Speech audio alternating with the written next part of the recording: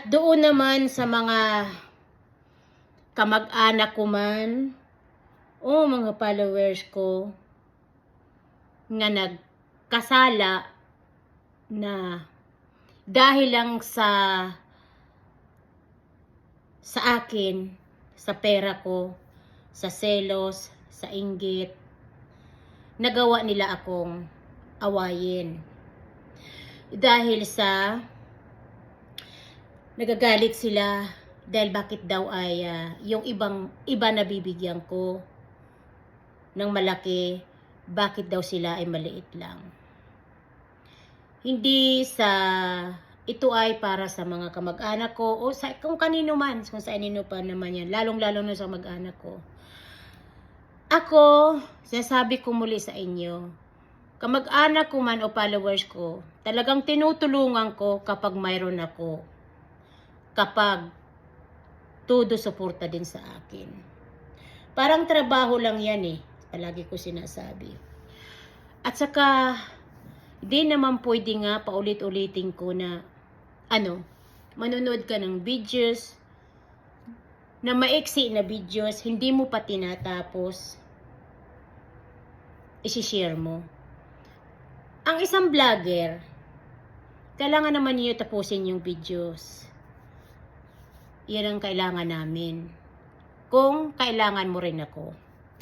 Kasi paano kita tutulungan kung tinadaya mo yung panonood ng videos? Bawat isang tao na nanonood ng videos ay nalalaman ko at nalalaman yan ni YouTube. Yung ganon.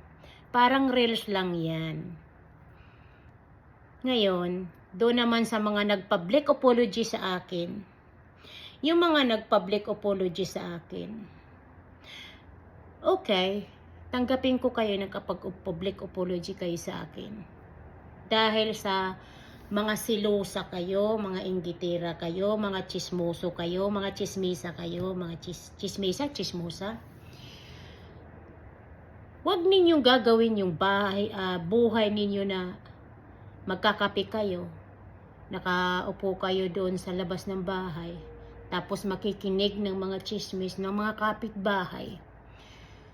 Huwag niyong intindihin yung mga kapitbahay ninyo kung ano yung buhay nila.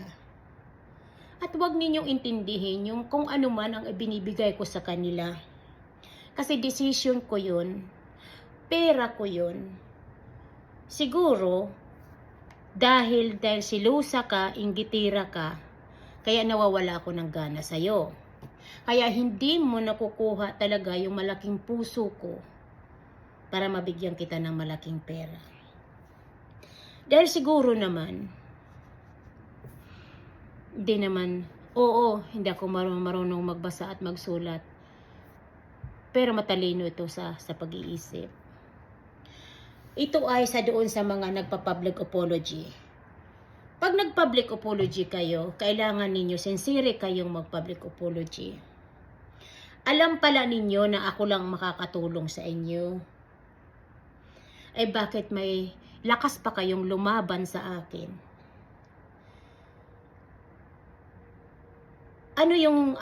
Wala naman kayo masusumbat sa akin dahil wala naman akong nakuha sa inyo na kahit piso. Ako ang kinuhaan ninyo ng billion sa mga tulong ko sa inyo. Kaya, kung sincere kayo mag-public apology, gawin ninyo na talagang ipakita nyo sincere kayo. Hindi naman pwede namang public apology kayo sa akin pagkatapos ay kailangan na ninyo ng pera. Yan ang sinasabi ko na pera-pera lang ang kailangan mo sa akin. So, may narinig ako noon na sige lang, mayroon nag-post na tao, sige lang, maging masaya lang kayo. Kasi kapag nagsawa na daw, yung tumutulong sa inyo, iiwanan din kayo. Tama ka dyan. Tama ka dyan, kaibigan. Kasi ginawa ko yan sa'yo. Nagsawa ako sa katutulong sa inyo kasi hindi ko nakikita ang respeto ninyo sa akin. Tama ka dyan. Ganyan ako. Kapag yung tinutulungan ko ay palagi na lang ako mini-message na kailangan niya ng pera, kailangan niya ng pera, na kailangan niya ng pera, at maraming dahilan kung anong gagawin sa pera. Well, katulad nga hindi ako mayaman. Pero, ako ay tumutulong. Lalong-lalo na sa mga kamag-anak ko. Pero yes, magsasawa talaga ako. Tama ka. Magsasawa ako, tulungan kita. Dahil sa mga ugali ninyo. Ako na nga ang nagsuporta. 10 years old pa lang ako.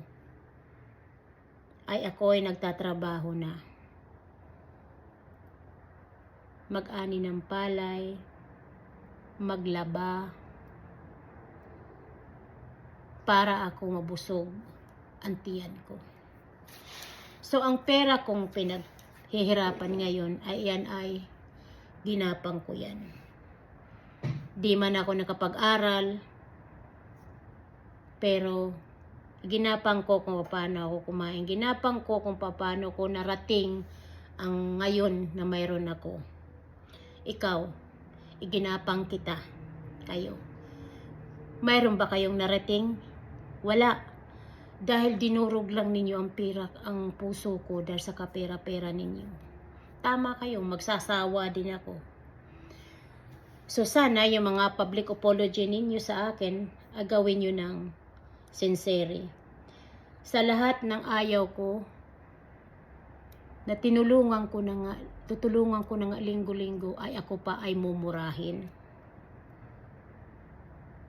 Mali yata yun. Comment kayo sa below kung tama ako o mali. Thank you so much, mga kaibigan.